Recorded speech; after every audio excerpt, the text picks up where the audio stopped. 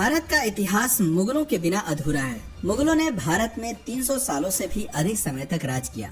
बाबर, अकबर और शाहजहां से लेकर बहादुर शाह जफर तक कई मुगल शासकों ने दिल्ली की राजगद्दी से भारत में शासन किया। लेकिन कई सवाल आज भी इतिहास के पन्नों से गायब हैं। आखिर मुगल भारत क्यों आए थे?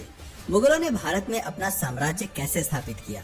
राजपूतों और मराठाओं के रहते कैसे विदेशी ताकतों ने भारत में इतने लंबे समय तक राज किया? आखिर क्या है मुगलों के इतिहास की असली कहानी?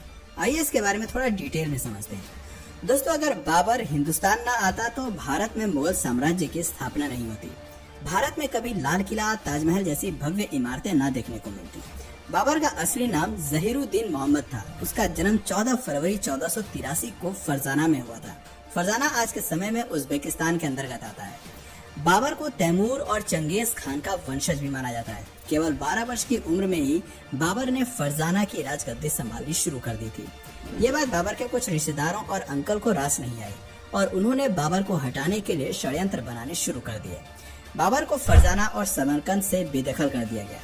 कई सालों बाद साल 1504 में बाबर ने अफगान की राजधानी काबुल को जीत लिया और अपनी सत्ता स्थापित की। लेकिन बाबर सिर्फ काबुल से संतुष्ट होने वाला नहीं था, वो अपने साम्राज्य का विस्तार करना चाहता था। बाबर जानता था कि यदि उसे साम्राज्य का विस्तार करना है तो इसके लिए धन दौलत की भी जरूरत होगी और उस समय भारत से ज्यादा धन शायद ही किसी और के पास था। दुनिया भर में उस समय भारत को दुनिया में सोने की चिड़िया कहा जाता था। 1525 में बाबर ने भारत में एंट्री करने की योजना पर काम करना शुरू किया। भारत को गुलाम बनाने और यहाँ राज करने के उद्देश्य से उसने भारत का रुख किया। उस समय हिंदुस्तान में लोधी वंश का राजा इब्राहिम लोधी का शासन चल रहा था। इसके अलावा राजस्थान में राजपुताना का शासन चल रहा था, तो वहीं साउथ में विजयनगर अंपायर अपने पैर पसार रहा था। इब्राहिम लोधी बहुत सनकी था। उसे कुर्सी से हटाने के लिए उसके चाचा अलाउद्दीन लोधी और पंजाब के गवर्नर दौलत खान ने एक प्लान बनाया और काबुल से बाबर को भारत आने का निमंत्रण दिया। बाबर को तो जैसे इसी मौके का इंतजार था और तुरंत ही अपनी सेना के साथ उसने भारत की ओर रुख कर दिया। 15 दिसंबर 1525 को उसने सिंधु नदी पार की। बाबर के पास सिर्फ 12,000 के सैनिकों की टुकड़ी थी। सिंधु नदी को पार करते ही बाबर ने पंजाब प्रांत को जीतना शुरू कर दिया। बाबर के पास दमदार आर्मी के साथ ही तोपखाने और बारूद यानी कि गन पाउडर भी था। बैटल ऑफ पानीपत भारत की धरती पर लड़ा गया पहला युद्ध था जिसमें गन पाउडर का इस्तेमाल किया गया था। बाबर एक कुशल आर्मी कमांडर भी था। उसे युद्ध का बहुत अच्छा खासा तजुर्बा था, साथ ही उसकी स्ट्रेटजी भी कमाल की थी। वहीं दूसरी ओर इब्राहिम लोधी के पास 1 लाख सैनिकों की विशाल आर्मी थी, जिसमें पैदल सैनिक, हाथी, घोड़े, बैलगाड़ियां सब कुछ थी। इतनी बड़ी सेना को देखकर भी बाबर का हिम्मत डगमगाया नहीं। वो काफी बहादुर योद्धा माना जाता था। काबुल सहित पूरे अफगानिस्तान और उज्बेकिस्तान में आज भी बाबर को एक महान योद्धा के रूप में जाना जाता है। कई जगह उसके पुतले भी लगे हैं। वहाँ के लोगों को बताया जाता है कि बहुत कम सेना के साथ बाबर ने भारत पर फतह हासिल की थी। पानीपत दिल्ली से करीब 60 किलोमीटर की दूरी पर स्थित है और वर्तमान समय में हरियाणा का एक जिला है। बाबर ने इब्राहिम लोधी को युद्ध के लिए ललकारना शुरू किया। अपनी रणनीति वो पहले ही बना चुका था। उसने दुश्मन के इलाके में एक खाई खुदवाई जिससे कि लोधी की सेना ज्यादा फैलाव न कर पाए और बाबर की सेना को आसान टारगेट मिल सके। बाबर की सेना के कुछ लोगों ने कहा कि हमें वापस लौट जाना चाहिए, लेकिन बाबर ने वापस जाने से साफ इनकार कर दिया। उसने कहा कि हम इतनी दूर आए हैं तो अब दिल्ली जीते बिना वापस नहीं लौटेंगे। बाबर अपनी सेना की प्लानिंग बहुत अच्छी तरीके से करता था। सबसे आगे स्काउट्स खड़े होते थे जो दुश्मन सेना की खबर बाबर तक पहुंचाते थे।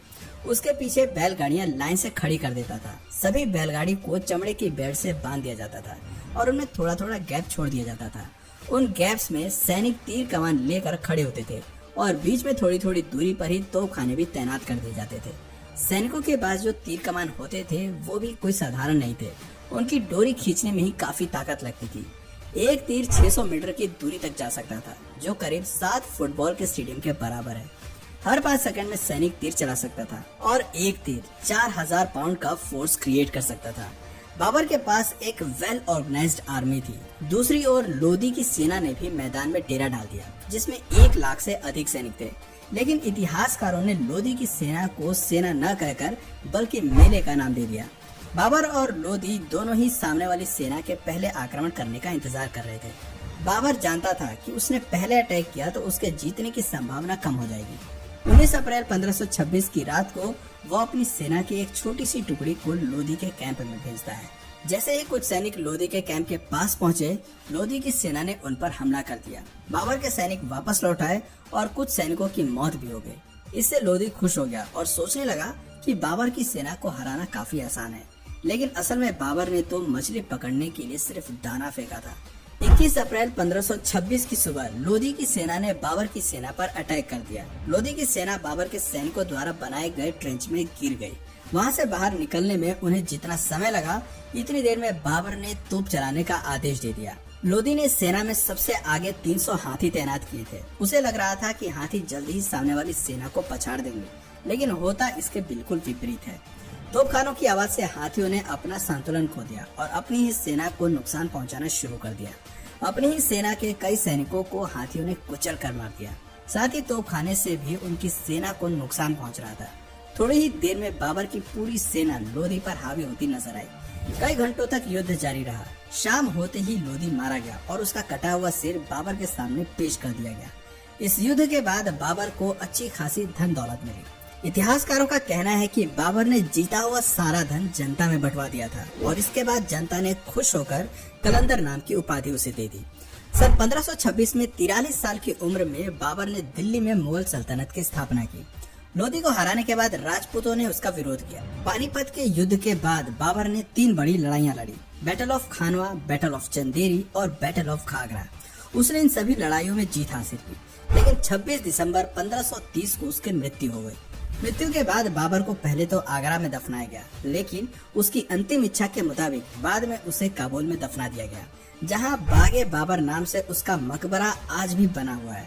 बाबर के बाद हुमायूं को दिल्ली का बादशाह बनाया गया। हुमायूं के 3 और भाई भी थे और उन्हें भी अलग अलग राज्य सौंप दिए गए थे। हुमायूं काफी शांत स्वभाव का बादशाह माना जाता था और कोई भी फैसला हमेशा सोच विचार करने के बाद ही लिया करता था। लेकिन वहीं हुमायूं के भाइयों का दिमाग हर वक्त षड्यंत्र में लगा रहता था।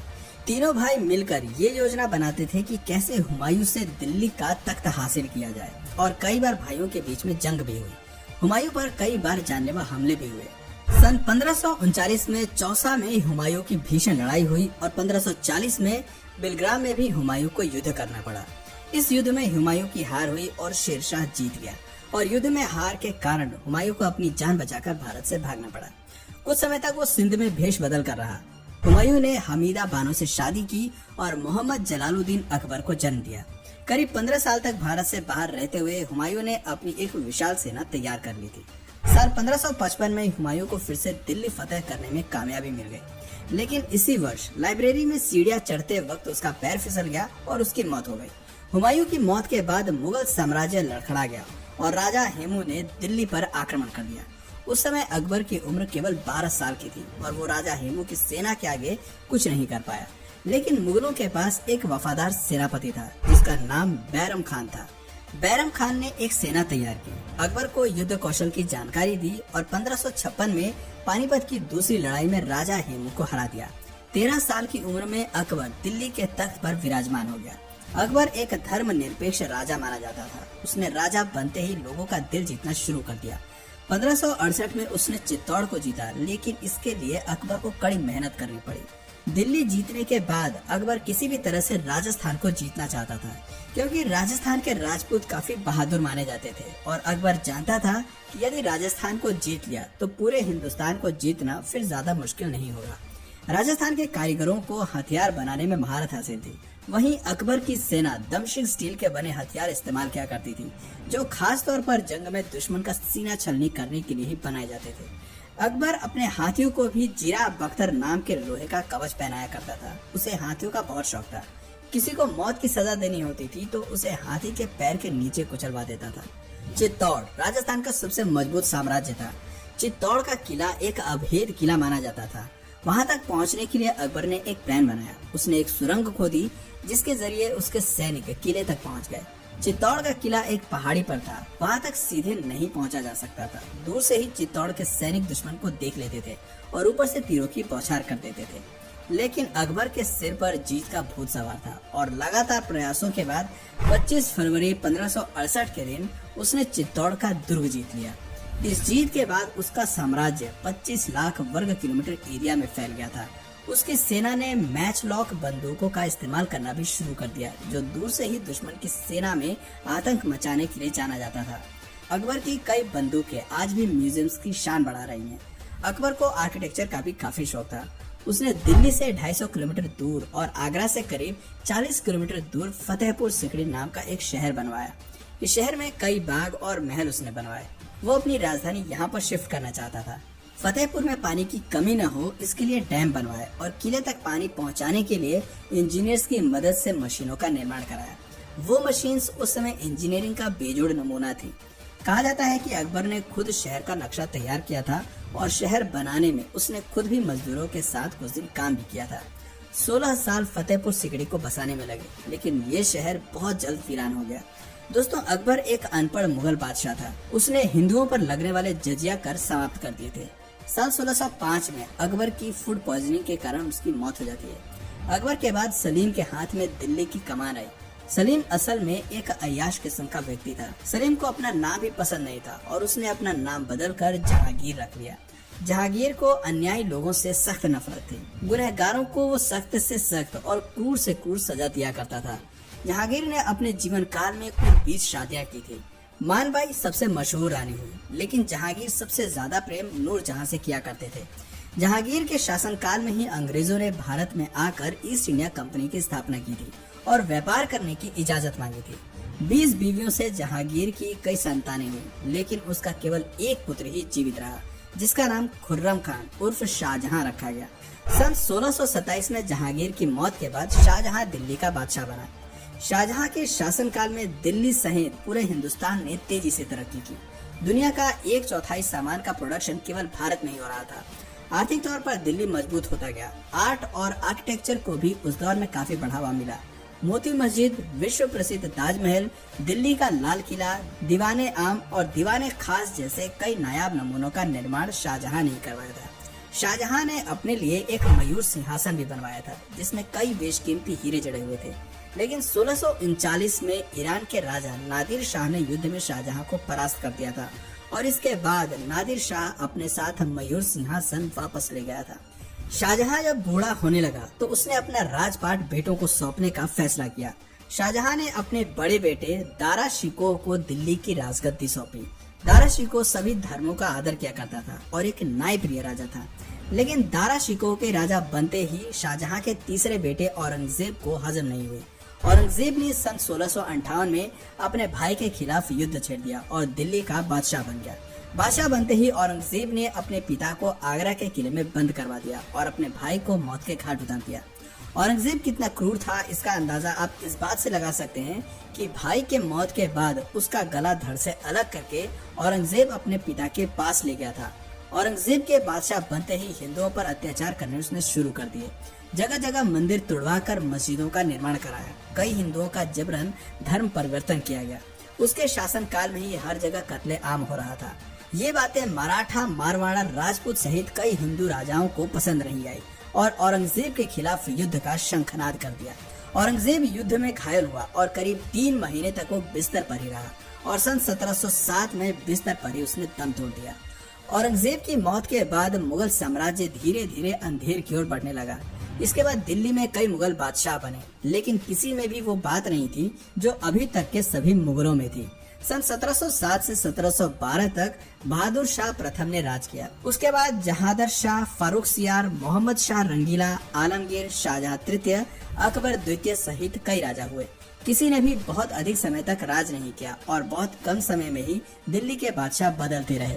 वहीं दूसरी ओर अंग्रेज लगातार मजबूत हो रहे थे और कई राज्यों में मुगलों के शासन का अंत हो चुका था। मुगलों के अंतिम शासक बहादुर शाह जफर द्वितीय हुए, जिनकी मौत सन 1862 में म्यांमार में हुई थी। लेकिन बहादुर शाह जफर की मौत से पहले ही मुगल साम्राज्य का अंत हो गया था।